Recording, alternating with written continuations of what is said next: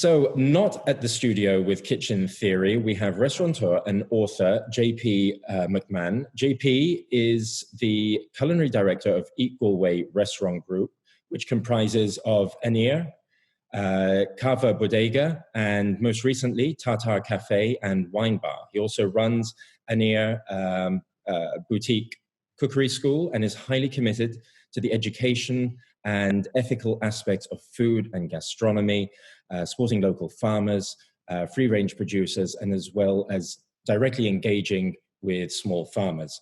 Today, we're going to be discussing Irish gastronomic heritage and culture, the challenges that come with championing new cuisines and educating people about them, and the shape of things to come in the hospitality industry post-lockdown. JP, thank you so much for taking the time. No worries at all. Pleasure. So I first became aware of your work and of you in 2014. And I think it was something to do with Cook It Raw that I think you had been part of. And ever since then, I kind of seen the rise of your restaurant group and all the wonderful things that you've been doing to really champion Irish cooking and Irish cuisine and gastronomy in a way that I guess no other chef that I'm aware of, at least, has done or has kind of attempted to do with Irish cuisine. So what got you so passionate about that? God, that's, I don't know. I suppose it was in me, or I felt it in me is probably the one way of putting it. I don't know. I mean, precisely, I've always been interested in food and looking at food in different areas. And I mean, if you take it back to taking part in Cook It Raw, I took part in a few of them, and I suppose it was a nice group of people to be with, and we were traveling around looking at different areas, and I suppose from that point, but it was probably earlier as well, but particularly on an international level, I think from that point on, I began to wonder, like, well, why isn't Ireland being featured? Why isn't Ireland featuring these debates about food? I mean, what is our food? What are our key products? How do we bring people to Ireland to get them to start talking and thinking about Ireland? So I suppose it was an extension from working with the local farmers, and that's from when we began in 2008, and then it kind of mushroomed into trying to think about what is Ireland's place in global food. And when it came to kind of, did you start with the produce? Did you start with dishes? What was it that you would say was really kind of what makes up Irish cuisine? Is it really dependent on the produce? Is it about classical recipes? Or because I noticed that you'd gone into kind of heritage and historic recipes, right? Like you've gone deep into that. It's a bit of both, but I think that, primarily it's of the product and for me, when I'm talking about Irish food, I'm always talking about the different produce that we have. And I think in terms of our primary products, whether it's cheese or lamb or seaweed or shellfish, I mean, we have amazing products, and we have a history of using these products in various different ways, some which lends itself towards like a kind of classical European heritage, as most of the European countries, and others in a kind of more regionalized way. But I think that from traveling and talking to people, that was one of my first realizations was really that we didn't appreciate the product that we had. And that was one of the things, particularly when I was in Mexico, I was in Canada, the States, in Poland, and I was thinking, God, like, we have really, really good products. And it wasn't that the product wasn't good there, it's that I just felt Irish products were better. And I was like, why aren't we singing about this? Why aren't we kind of like saying that we've got really, really great ducks in Ireland, and great venison, and just different stuff that I don't think a lot of people in Ireland even appreciated themselves. Well, that's interesting, because as you're talking about that, it really does sound similar in a kind of journey, or what you hear people like Gaston Curio maybe talking about when he talked about kind of Peruvian cuisine and people not really having an appreciation for their own products or their own kind of gastronomic culture, and that's something that he really felt passionate about promoting, that was all being overlooked in some way. I'd say Alex Atala probably is someone Yeah, definitely, and I definitely empathize with Alex, and I've had a few chats with Alex, and that, and the kind of, when you think about Brazil and you're kind of going, what is Brazilian food, and what are its key products, and that it wouldn't they wouldn't roll off your tongue like the way if someone asked you about France or Italy or Spain or some of the other countries. So I think it's trying to position Ireland, and then it's also trying to reclaim and create a bit of a story around what we've done. And that's why in writing the book, I wanted to go back all the way back to when the first people came to Ireland, because I think you can get caught up in different definitions of food and Irishness, and a lot of them are reductive, and they all go back to a bunch of classical recipes, or they go back to who was in power and where the influences came in that respect. So for me, I wanted to try and go all the way back and look at archaeological data and say, well, what were people eating, and could those products could they become kind of symbols of Irish food, as opposed to when we think about Irish food, we really think about that kind of peasant country cooking of the last 200 years or so. And I thought that way of thinking about food in Ireland was quite reductive, and it was almost like a pastiche of actually what we were doing. So what happens when you go beyond those 200 years? What do we uncover about Irish food that maybe would be kind of really unknown? Because as you said, when you think of Irish food, I mean, for me, obviously the dairy, the lamb, and there are certain kind of fresh produce that really stand out, and even seafood that stand out in mind. But were there any kind of really big differences that you noticed? No, but I suppose for me it was like the diversity of food on the island, and the different like experiences that immigration to the island I suppose that characterized it. And when you have, I mean, I suppose one of the interesting things is that when people first came to the island, there was no, I suppose there were no cows, pigs or sheep. And I suppose three things that we define like Ireland and farming, and those three things, it's like we're not even there. So for the first, probably for the first 3,000 years, and if people have been on the island about 10, so it's a third of the time on the island, we had wild game, there wasn't even any deer. So just wild game like mallard, teal, widgeons, a lot of shellfish, a small amount of river fish like eel and salmon and sea bass, and then different wild plants in that. And so what really attracted me to that position was it reminded me of what we're trying to do now in a contemporary Irish position, is we're really trying to look at what comes from the land and that. And of course, it's not like we want to go back to that position, or we're yearning for it, but it just kind of it was an interesting kind of counterpoint to what we do in Aniar and the products that we try and investigate. So for me, looking at oysters and seaweed and wild game, like there was a certain kind of resonance of that in relation to Irishness, as opposed to beef or cattle, or that came much later, even barley and that. So a lot of the things that we define as Irish are really only in the last couple of 100 years. But not only that, like that was one interesting thing. The other interesting thing was that just with those different ways of migration, for me, like with the Anglo-Normans, and Ireland has, like from the 10th century on, has been pretty much a colony of different countries or different factions, and so that they brought with them their food and their eating experience, and so for me that was also interesting. And the kind of spice tradition in Ireland, which is probably something I don't pay much attention to in relation to contemporary food, because we don't use any spice at all in Aniar, but it's there is a rich spice tradition in Ireland for nearly 1,000 years.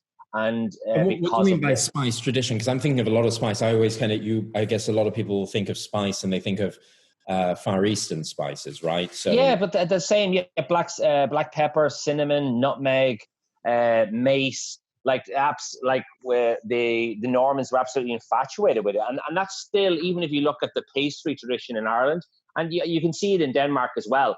Like our pastries are still, we have so much spice in them, and I suppose I just never really thought about it. Like even the simple carrot cake that we make has a lot of different spices in it. But it's interesting to think that these spices came from the Far East, and they had to come through via England, and they came to Ireland, and they have been part of the food culture of Ireland. I mean, whether or not you want to say they are part of Irish food or not, and that's one of the reasons why I wanted to try and say that I was more trying to think about food on the island of Ireland as opposed to defining Irish food, because it's quite simple to define food on the island. You just see what's been eaten here. Whereas defining Irish food is much more difficult, and it depends on so many, I suppose, other factors. One thing that I've always been fascinated by is how you can kind of look at regional foods and they have kind of distinctive qualities. Like, it's so interesting how you can look at a Japanese, Thai, Vietnamese, and Chinese dishes. And if you look at them all, if you have a decent enough kind of knowledge of those cuisines, you'd probably be able to say which is from which country based on the ingredients used, the techniques, the service, the visual presentation, and all of that will play a role in it. Would you say that there are kind of key markers with Irish cuisine that you feel are characteristic of it, that kind of set it apart? Is there something that you feel defines it in that way? Like, I suppose it's difficult because in that period of when we generally think about defining things in a certain period of time, we're talking about the last like 500 years or so, or even probably less.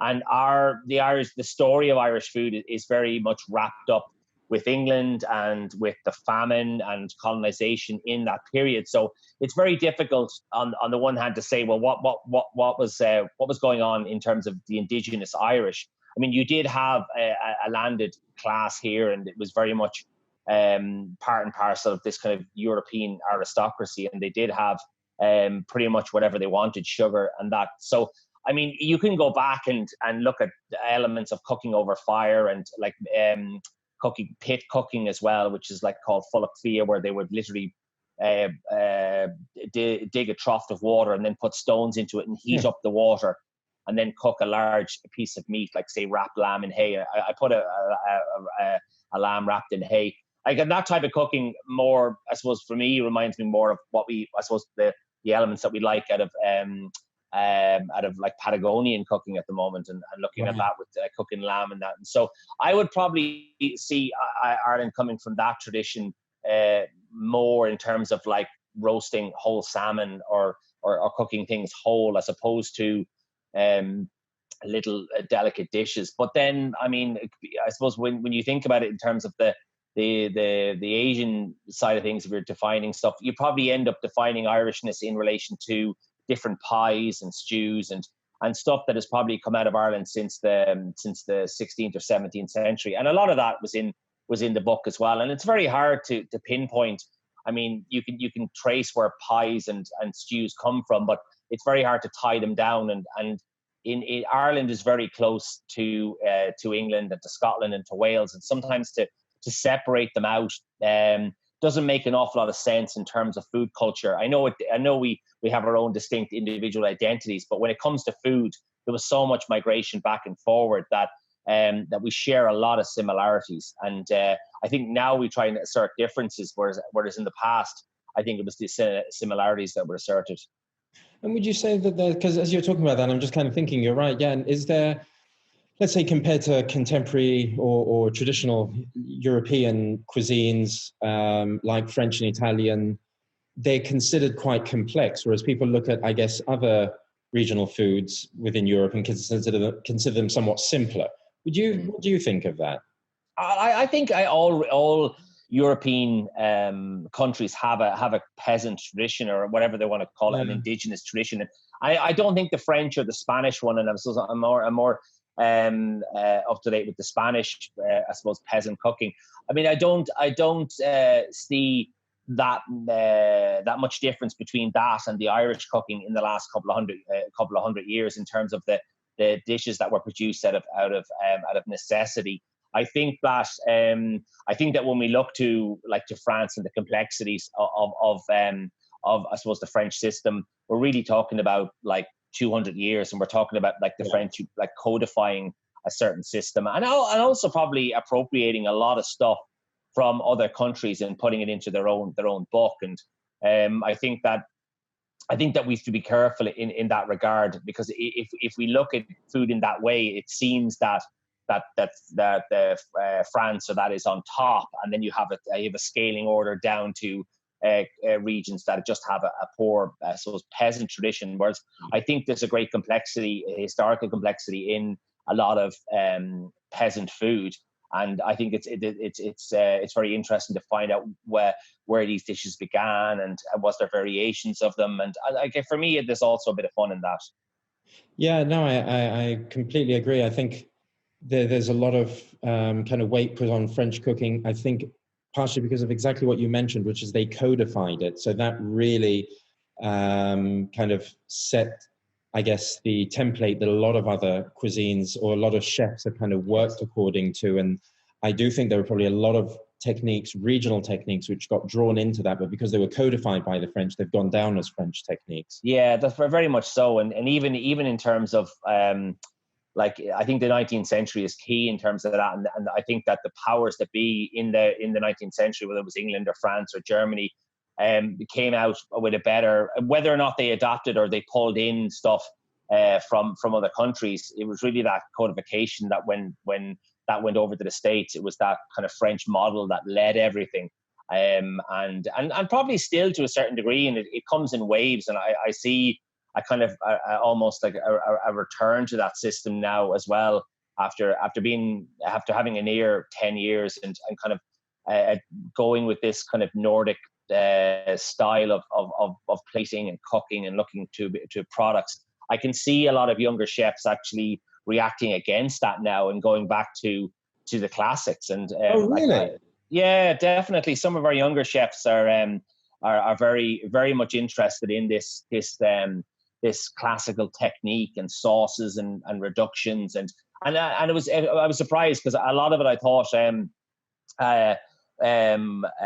not had gone, but just it wouldn't come back so soon. And I suppose, I mean, it's good. It's good to have a balance between the two, but it's certainly something that I think that that's not going to go away. And you probably have, like, for me, the two poles are, maybe there was three poles. Like I think the Japanese tradition is very strong as well in the moment, and the making of koji and all this kind of fermentation, that's very, very strong, and it influences us as well. But you kind of have that pushing against this French system where everything is reduced and made kind of layered in a more complex way. And I think that's kind of different to the Japanese way of doing things.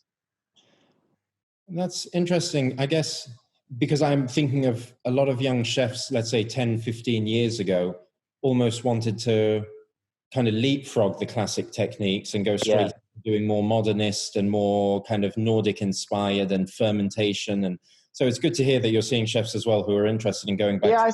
And I suppose what I found as well is that when you leapfrog, when chefs leapfrog them or whatever they did, I think when you get to the root of a lot of the Nordic, the technical aspect of it is very, very similar because it's European again. And the plating tradition might be different, or some of the ingredients might be different, but at the end of the day, you're still frying meat, you're still making sauces, and so there is that base that is very important, and the technical side of things that is never going to disappear. I think that's more about best practice, as opposed to, I know it's tied to the French tradition, but for me, it's a question of best practice and how do you cook something well and how do you make it taste good.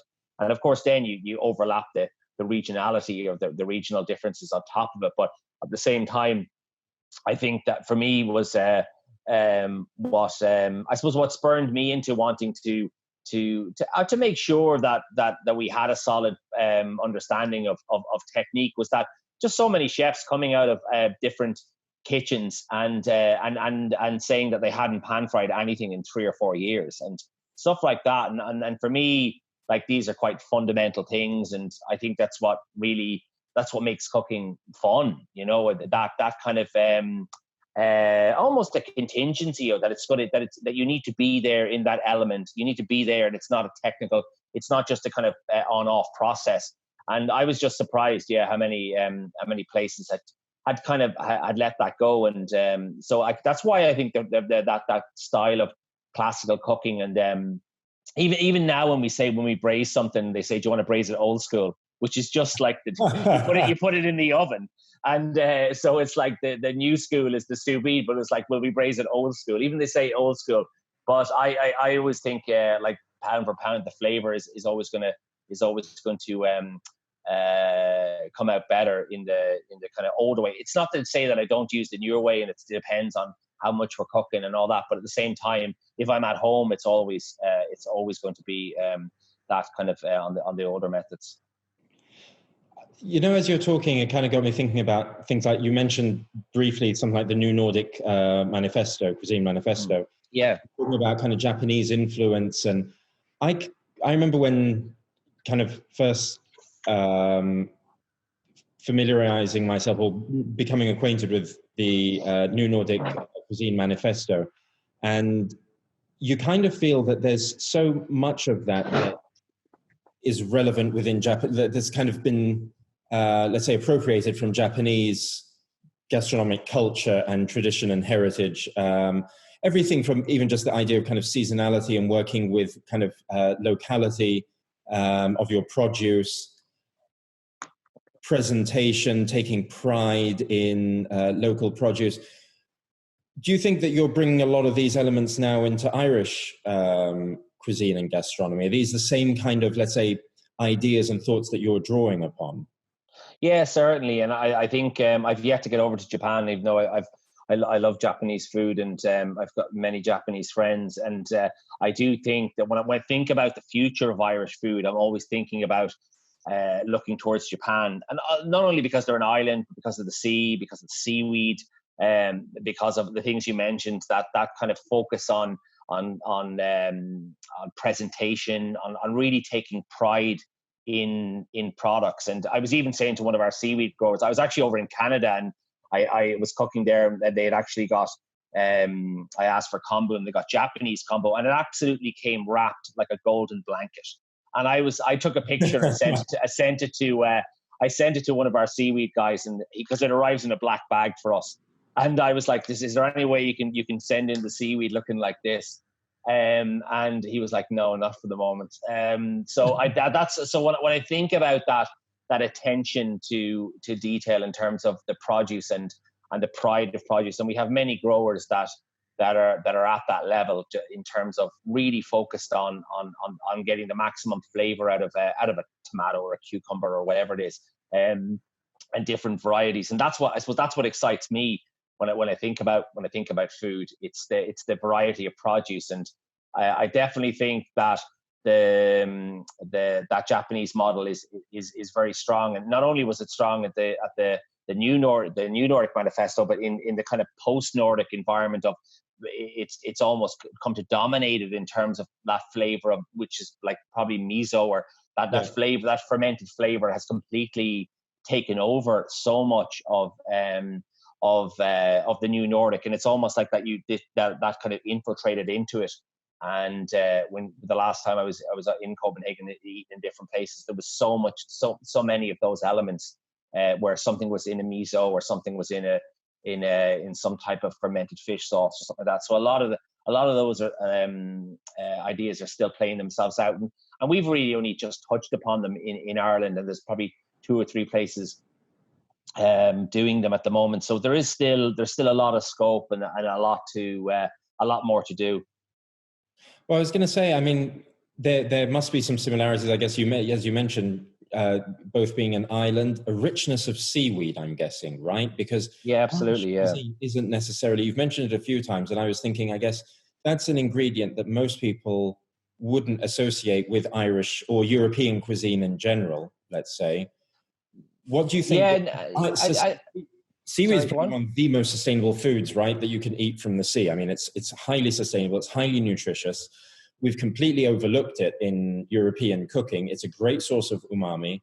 There's so many kind of benefits of consuming seaweed, both from a sustainability and a nutrition perspective. Why do you think people haven't gotten into it? Is there kind of a history of using seaweed in Irish cooking? Yeah, like, I mean, there's a history of eating it, like, that goes back to the beginning of people in terms of eating it out of necessity. And there are some different coastal recipes where people would have cooked seaweed and sustained themselves upon it. There isn't I think the sophistication that the Japanese the level the Japanese have taken it to. And I remember talking to Japanese people about this and wondering, like, how come we as an island just seem to overlook the sea? And the Japanese guys said to me, well, to a certain degree, they were forced upon the sea because their land was not good enough. And to a certain degree, we're a victim of our own land, in the sense of we have such good land.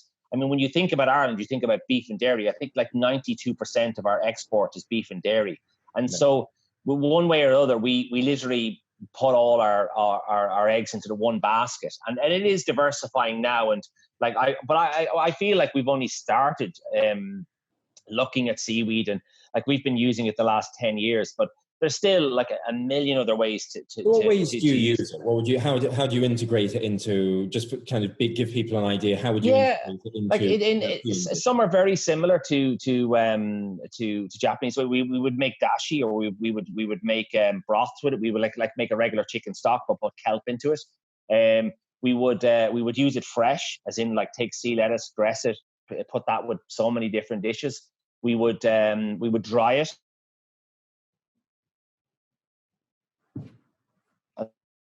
And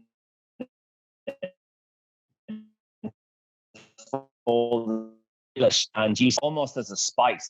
And so there's a seaweed, black seaweed that we call sea truffle. It's a kind of peppery seaweed, and we would use that over like sauces and over mayonnaises and stuff like that. So they're probably some of the key ways. We also pickle the seaweed, and we would make we've made some seaweed oils, like where we burn the seaweed and then blend it into oil to get that kind of charred saline flavor. So a lot of different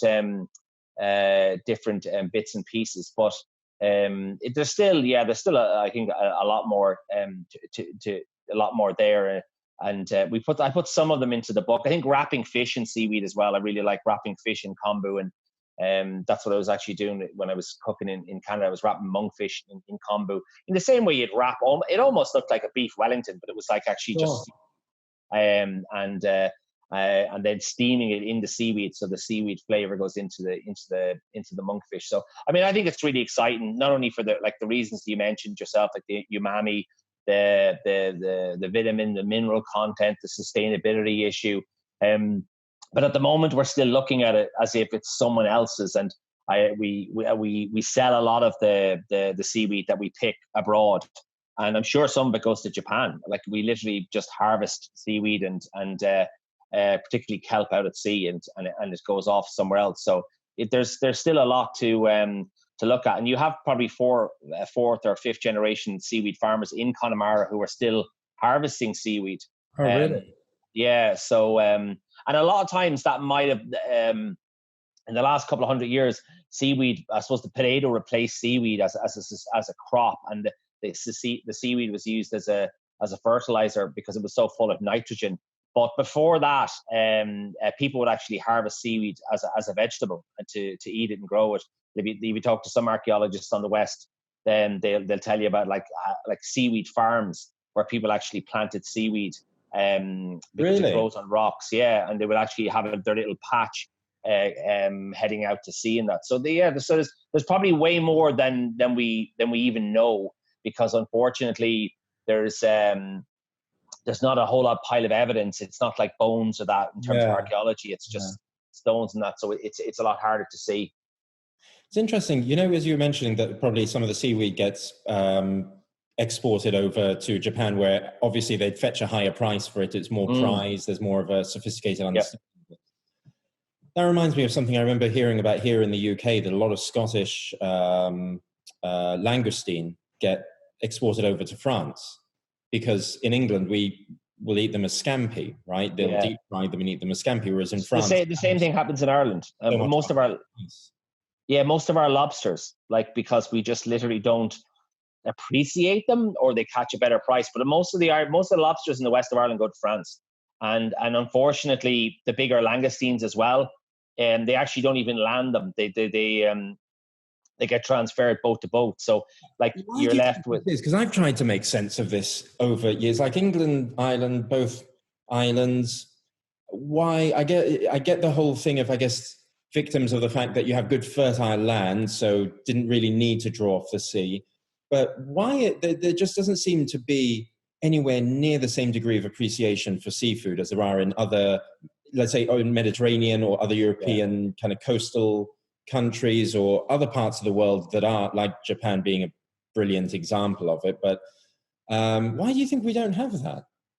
Like I think there's probably a few reasons. I mean, one and definitely goes back to the dawn of farming and to a certain degree that's still in our psyche. And I think from I suppose from researching when I wrote the book is that there's a shift inwards very much in Europe with the advent of farming, and I think it's the kind of the dependability on a crop that you can farm and that you can plant and then manage, as opposed to when you go out to the sea, you might catch something, you mightn't catch something. You come back in. I think it's that lack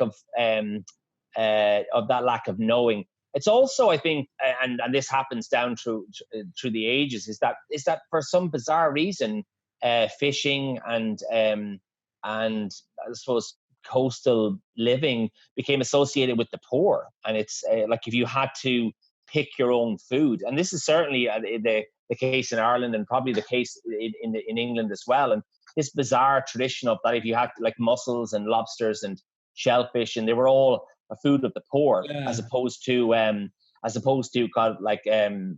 the riches of the sea and that, and also because they couldn't travel that far inland. I think as well is that really kind of was the nail in the coffin for stuff like lobsters or anything like that until the advent of refrigeration and that. And so I think that's why refrigeration was a big part of it, wasn't it? Thinking about the transport of seafood and stuff like that was probably, as you're right, I guess taking seafood inland. If you can grow fruit and veg, why would you transport seafood at the cost? Yeah, and that's certainly an element, and it's certainly, I think it's certainly in Ireland in the 20th century where we have this complete disregard of the sea as anything in terms of something that can give back. And I'm working on a fish book at the moment because I had so many recipes left from the Irish Food Cookbook that were fish, and it was ironic that most of the recipes that didn't make the book were fish, because they were God, you have a lot of fish, and I was like, well, it is an island, but they because it was an international book, it had to be the fish was only so big a section, so it had to be in there with all the other meat and that. So, but the more I look into it, and it's just there's various missed opportunities and various governmental policies that kept shifting us inwards and kind of like and really just focusing on the land and what the land can give. And because it takes time to build up resources to fish, or if you want to deep sea fish, all these things, they don't just happen in the same way where you can take a couple of cattle and put them in the field. There's a lot more technology at stake. So I think that to a certain degree was probably the downfall to some degree. So you published the Irish cookbook with Fadens, right? Yeah. And how, because that for me is kind of a big part in getting cuisine to be internationally recognized, is having that kind of cookbook that is at that level of being produced by a publisher like Faden, I guess, is part of it. How have you found, how challenging, or has it been quite easy? Because I guess there's loads. Again, when I hear you talk, I think of so many other chefs and cultures that have inspired me over the years that have really only in the last, let's say, 10 to 20 years defined on a global scale what their culinary traditions and culture and recipes are like. And I guess, for South America has had a big kind of wave of interest in all the different regional cuisines. Nordic countries definitely have. How have you found it being an island, which maybe being next to the UK you're not supported by maybe the strongest of companions in this, but how have you found it in terms of trying to educate people on Irish food and culture and defining it as a cuisine?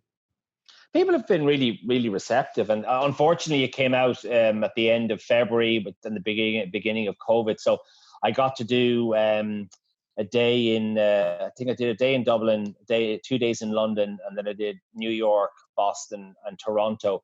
And yeah, we did a talk in each place. We did a bit of cooking, and people were very receptive. And I think most people were, God, I didn't realize there was so many products, or I didn't realize there was so many dishes, or I didn't realize there was so much history to it as well. And I think hopefully the model for the book, and I mean, that's why I think Fidon are quite good at doing this. I think hopefully it offers a model to other countries that imagine they don't have a cuisine, because I think once you put people in a place, that creates cuisine, you know. And I think you mightn't get the answer you want, which is I probably went looking for oysters and seaweed, and I found a lot more.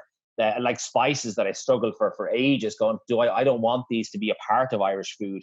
But in the end, I kind of like reconciled myself to saying, well, look, if it's on the island and it's been used, and in that way, it will continue to change. Like we have Polish and Japanese people and chefs in Ireland, and so in 50 years' time, we will have a slightly different makeup. It won't change the past, but it will change the future. Yeah. Of it, and I really think that we've a few Japanese chefs in Galway, Cork, and Dublin, and I really love what they're doing to Irish produce, and they're teaching the fishermen about the techniques and about different products and that, and so it's a win-win for everyone. But I think definitely, I mean, I'd like to get back out again and to chat to people, because it was unfortunately just a bit rushed. By the time I got to Toronto, everything was kind of closing down, but there's a lot of work to do, because I think there's that ingrained kind of idea that Irish cooking or Irish food is only associated with this kind of rural peasant tradition of the last couple of 100 years, and people think that soda bread has been made in Ireland for thousands of years, or things like that, and you're going you're trying to explain that to them, and just to talk to them about, like, whether it's eel or just some of the products that we still use, but that have a great history going back thousands of years, and like the same in I think there's a chef working on the English or the British book at the moment, and I don't know when that's out, but I'd say that'll be an interesting one as well, because there's a lot of crossover, and I think when you take in Wales and Scotland as well, and Cornwall and different places, you know, and even when you look at Northern Ireland, we had a joke about Northern Ireland. We were like, who's taking Northern Ireland? And it's in the middle of Brexit as well. It was funny. I was like, sure, I'll take half it and you can have the other half.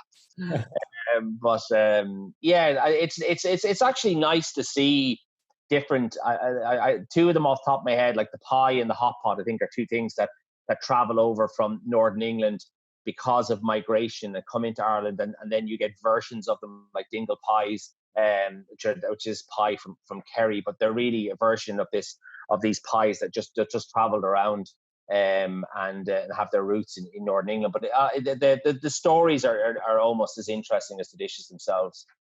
So you kind of mentioned when you were doing the book that you got as far as, what was it, Toronto, and by then things started kind of closing down.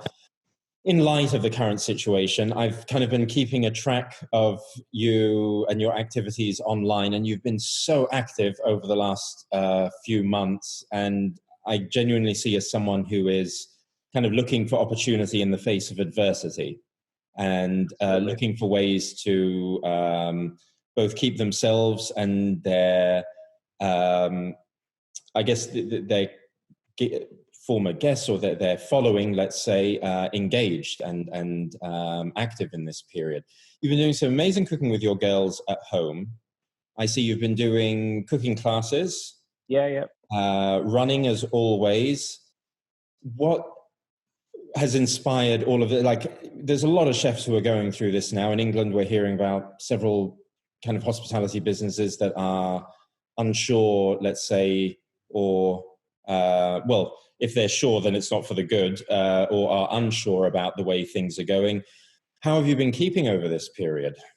Yeah, like it's definitely been difficult, and I think sometimes, I mean, it's important to tell people that when you look at social media, you're looking at the highlights of someone's day, and you're looking at. I mean, I generally don't post my miserable moments, so like, but you have to remember that, because sometimes when I talk to people like yourself now or other chefs, and there has to be an honesty in the sense that like there has been difficult times, and there in terms of like one's mental health, and you're taking people out of an industry that is fast paced. It's social. You're around people, and then all of a sudden you're at your house, you're in your home, and for the first 6 weeks or so, until we started to open up slightly, we were pretty much just at home, and that's why I think doing videos with the kids and cooking with them.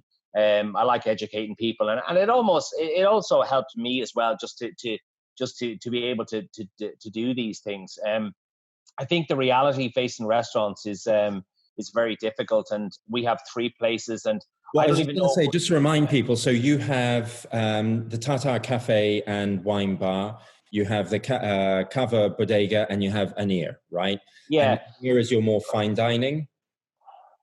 Yes, and like Aniar is the one with the Michelin star, and like that's Aniar. We have no plans to reopen Aniar at the moment. I really don't know what to do. I mean, we've plans to open Cava and Tartare. You're allowed to open restaurants from the 29th of June, but without tourists and without any kind of corporate trade. Like I don't actually know, and I know I see the Ledbury isn't going to reopen either, and it's going to be challenging times for fine dining, very, very challenging times. My friends in Copenhagen, like if that's anything to go by, and like I would see them as world leaders in terms of gastronomy. Like if Noma is doing a burger and Amas is doing fried chicken, then I would be questioning whether or not it's feasible to open it. I think Aniar had a 16-course tasting menu, and I don't know, unless we just reinvent it completely and do something else, then that's also not opening it either. So it's very difficult, and I think there's going to be a lot of difficult decisions, and people's hands will be forced. But at the same time, I think there some good will come of this, and I do think that this push towards casual dining, or more casual dining with really good food, was happening anyway. Yeah. And I think that that's the model that I think I would be encouraging younger chefs to do. If you look at what we do in Tartare, it's a kind of simplified version of Aniar. Like it's probably wrong to say it's simplified. It's just we don't have as much labor there. It has the bib gourmand, I mean, which we were delighted to get. It wasn't even our intention, but it's still the integrity of the product is still there. It's the same product. You're doing delivery, right? Am I right in thinking that you're doing? We have a kind of Tartare at home concept at the moment. Yeah, where we do a kind of three-course meal, and just to try and keep it going. But like we've limited to 15 boxes a day, so it's really just to keep the staff going, and because again, it's not a model where you can do 30 or 40 boxes, and like we hope to open in the next 2 weeks and have, if it's 1 meter social distancing, which I think it's going to be. How will that work out in the space for you, having those kind of restrictions? Because I'll tell you, for me, we do a chef's table. So we have absolutely no public, and by public, I mean people coming and sharing the same table. Yeah. We'll, for the foreseeable future at least, do all private experiences. So it'll all have to be private groups of friends and family. So for us, as long as there's social distancing, it just doesn't work for our model, let's say. But how do you feel it works for the different models that you have across the 3 businesses? Like we'll probably have 16 seats in Tartare, and we'll have about 40 odd seats in Cava. Cava's our biggest restaurant. We would happily have about 16 seats in Aniar. Like we'd only have 24 seats in Aniar, but it's still like it's I suppose there is no there is a roadmap, or there is a map, but the reality has not happened yet. So we really just have to wait, open up, and then see what happens. Because really, even today they changed some of the guidelines, and they said, well, if we're going to 1 meter, then people can only sit for 90 minutes. And I don't know why they chose 90 as opposed to 2 hours. They seem to just plucked it out of the air. And so now the guideline is that if you're going for a meal and you're only 1 meter apart from someone, you can only sit for 90 minutes. So that pretty much puts all tasting menus out. And it's even quite tight in our tapas bar. I mean, to get someone in and out in an hour and a half. And when I heard it first, I thought it was spend as well. And people like, because thinking of alcohol consumption and stuff. Yeah. And I actually thought it was counterintuitive, because I thought the idea was to do less people, in the sense of have less people coming through your place, because the more people you've coming through your place, the more possibilities you have, the more tracing you have to do. And in this way, it actually encourages places to turn over really quickly. And like, I'm not kind of like comfortable with that either. So we're going to have some sign-in sheet, and it's all a bit of a mess at the moment. Like, I mean, with the bookings, we will be all right. But I think they're advising against walk-ins. But again, I suppose, how do you stop people walking in? And I know some of the guys in Copenhagen have said, like, some people are just in terms of the customers are quite they're treating the situation as quite normal, and you have to try and explain to them. So unfortunately, the responsibility is all on the restaurant, and it's not on the customer. So that presents its own problems. So, well, I wish you the best with the reopening of the mall, because I mean, got my little girl here. Sorry, one of them. Hello. I've seen you cooking some fantastic stuff with your dad online. So I've got the speakers in at the moment. Oh. I was saying I've seen you cooking some wonderful dishes with your father over this period. You and your sister are becoming the real budding chefs. Thanks. They're more into your chef lights on and get in the kitchen with Dad. You're going to be a chef? No. What do you want to be? No, a cop. A cop. She wants to be a cop. I don't know if that's better or worse. She's fascinated with NYPD Blue, but or Brooklyn Nine-Nine. So I don't know if the drama. So of the thing, but definitely, I think even to tap in the experience. They love recording stuff. It's part of their makeup, just recording and TikTok, and I find that ironically, it's if I cook and I don't record it, they're less interested. It's mad. And because I said to them one night, they said, well, if you're not recording it, we don't want to help you.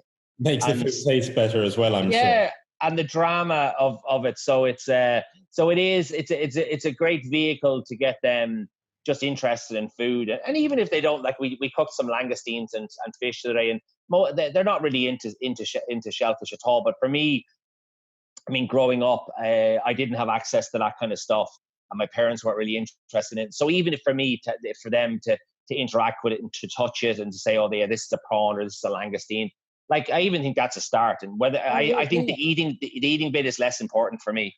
Yeah, no, totally. I mean, well, there's interesting kind of two things there. What's interesting, number one, is I notice the way your kids handle the ingredients, they've gotten more and more confident with them, and stuff as the fish primarily. Yeah, holding the fish. Actually, one of them still won't hold the fish, but holding the fish. The first time they touched it, it was like it might as well have been from outer space. It was like, oh my God. Brilliant. Yeah, oh my God, it's cold and slimy. Oh my God, it's like, and then even to talk about, like, can you imagine if someone cut you open and they were cleaning you? Like, it's just the way they relate to the food is for me, like, it changes the way I look at the food as well.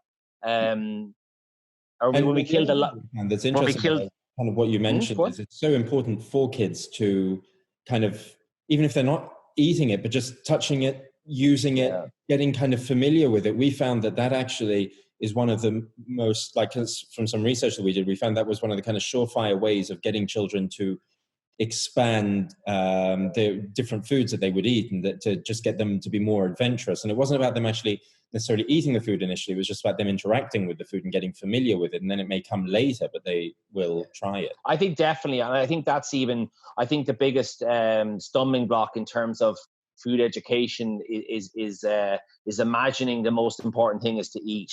Because I find the most important thing is to get them to handle it and to cook it, because they love cooking.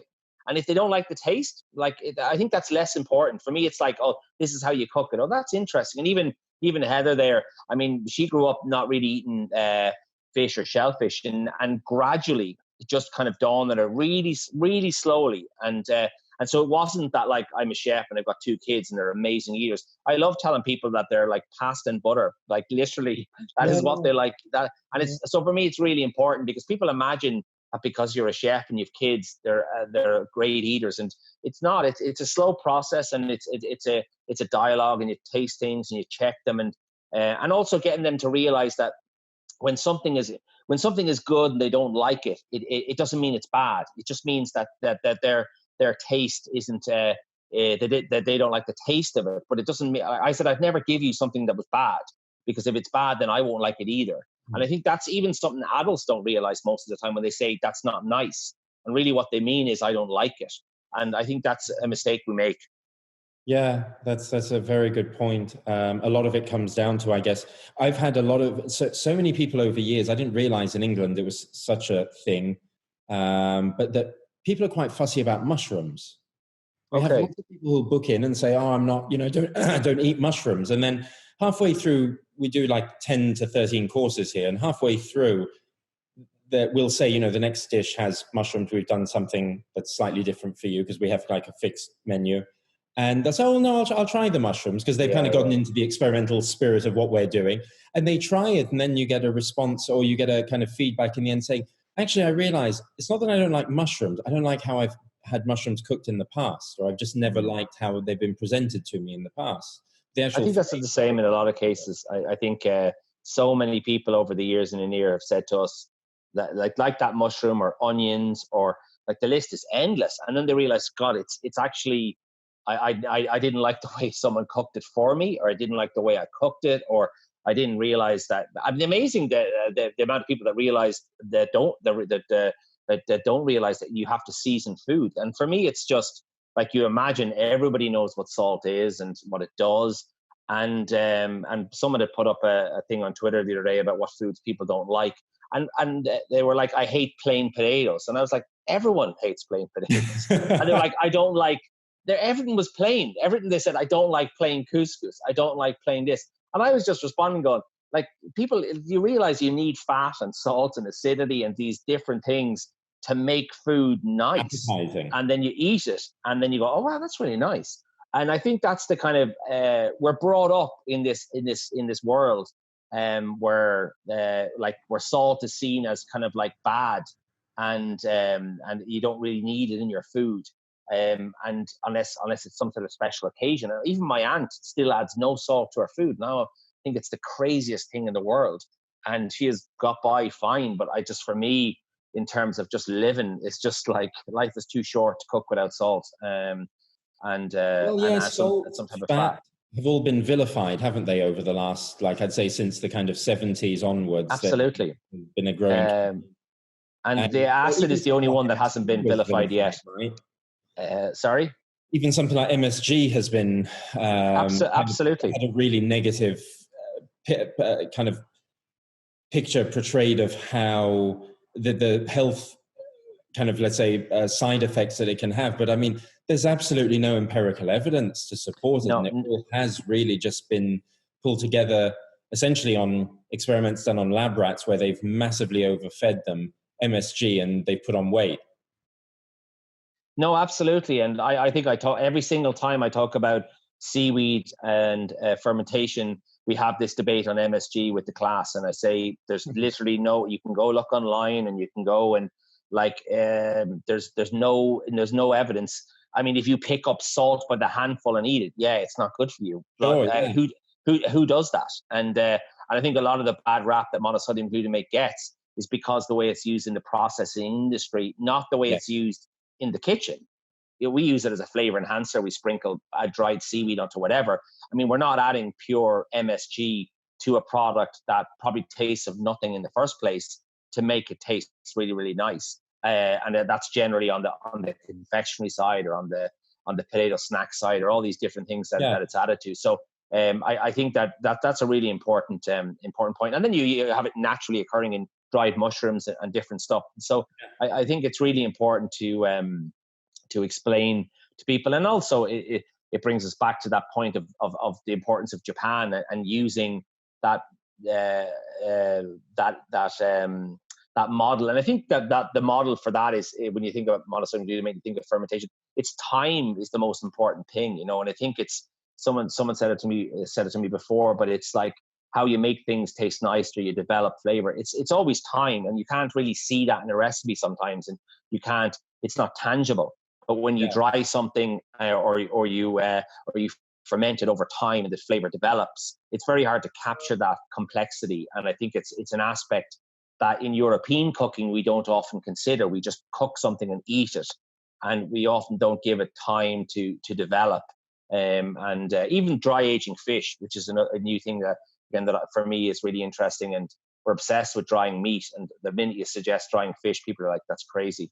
And it's like, it's the same thing. Like you're trying to reduce moisture and develop flavor and all that. So, but yeah, I'm sure we could talk for hours about these things.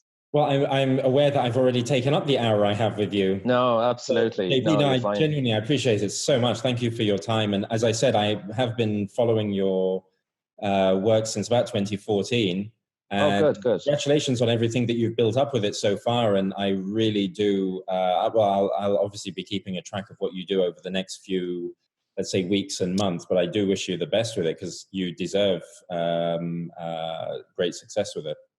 Oh, listen, thanks so much. Hopefully I get back on the road, and we'll do a few dates with the cookbook, and yeah, I'm just looking forward to being open again and actually being able to sit in the restaurant, and that just sitting in a restaurant, having a glass of wine and eating something is just, that's probably all I need at the moment. And it's just that I think we don't, and I don't know if it's the same in England, where I suppose I think we're a little bit behind in Ireland, but the appreciation or the necessity of that cultural experience as food is really important, and it's still very new for us. Like, I mean, I didn't grow up with it in the 80s, probably late 90s, of going out, eating, socializing, not in a pub. And I think I worry that we're very new, and that's why that we're kind of saying, well, look, if we can't open the restaurants, it's not to worry. Like, but for me, it's really a fundamental experience when people sit down and eat and interact. And I think it's really important that we get back to that. No, I do. I mean, I couldn't agree with you more. I think the whole idea of the pleasures of taking the time to appreciate the pleasures of the table, I think that's something Absolutely. that's kind of been more prevalent in Europe, mainland Europe in the past, but it's definitely something that I would say in the last 10, 15 years, you see more of here in London, and I'm sure in Ireland as well, from being in Dublin last year. I mean, my grandfather's originally is from Galway. And cool. I used to spend all my summers in Ireland picking fruits and veg, very good. stuff like that. And I was over there last year in Dublin, and the food scene is crazy good. Oh yeah, the food. It's great. I mean, there's so many, like from top to bottom. I hate saying top to bottom, but like from your coffee and your croissant or your pastry all the way to your Michelin stars. I mean, there's so many different varieties, and yeah. I mean, I hope it all comes back, and it's still there, you know. I had some brilliant ramen noodles. Cool. There's some really good. There's two I know of. There's two really good ramen bars. I actually that's my idea for my next idea for a restaurant is a ramen bar in Galway. So if all else fails, I'll be opening up a little noodle shop somewhere. Fantastic. Look, GP, thank you again. JP, thank you again. Really appreciate it. And pleasure. And I'll talk to you soon. And listen, give me a shout when you're around, okay? I will do, definitely. Okay. Thank you very much. Bye-bye.